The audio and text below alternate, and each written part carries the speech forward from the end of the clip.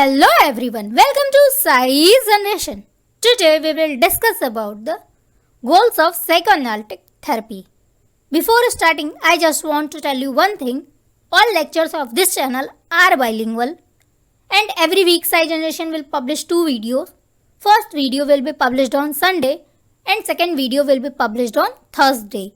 So let's get started.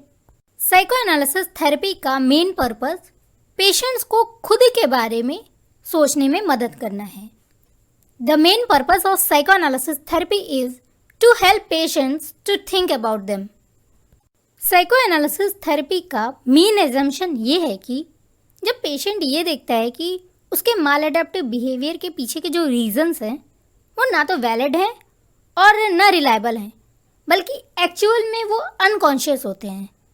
जब patient में उन रीजंस को लेकर के एक इंसाइट डेवलप हो जाती है तो पेशेंट खुद से ही माल एडाप्टिव बिहेवियर करना बंद कर देता है.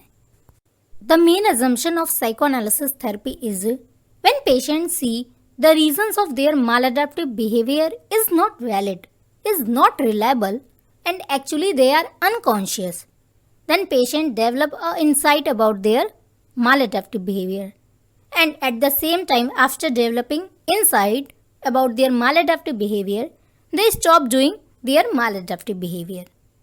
मैंने अपने प्रीवियस एपिसोड्स में साइकोएनालिसिस पर्सपेक्टिव की बात की थी.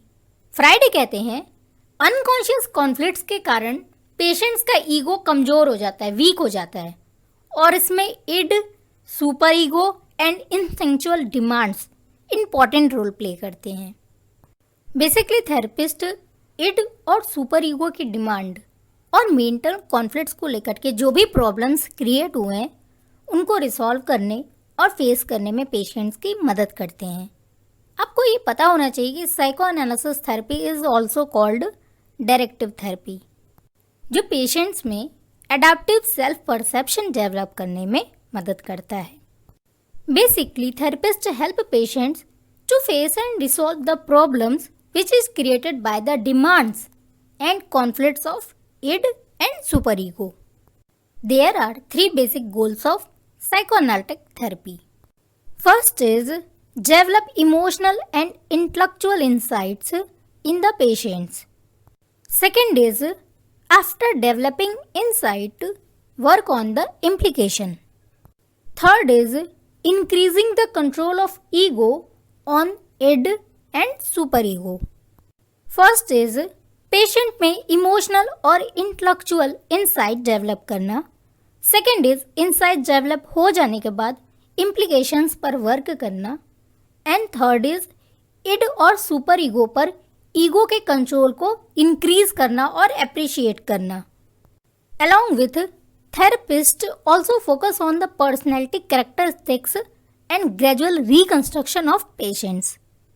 Now we will talk about some limitations. This is very expensive and longitudinal therapy, so it is hard to handle. I hope आपको आज का एपिसोड पसंद आया होगा. किसी भी क्वायरीज के लिए हमें मेल करिए, कमेंट सेक्शन पे जाके कमेंट करिए, चैनल को लाइक करिए, चैनल को सब्सक्राइब करिए और शेयर करिए. टिल देन खुश रहिए, स्वस्थ रहिए और मस्त रहिए.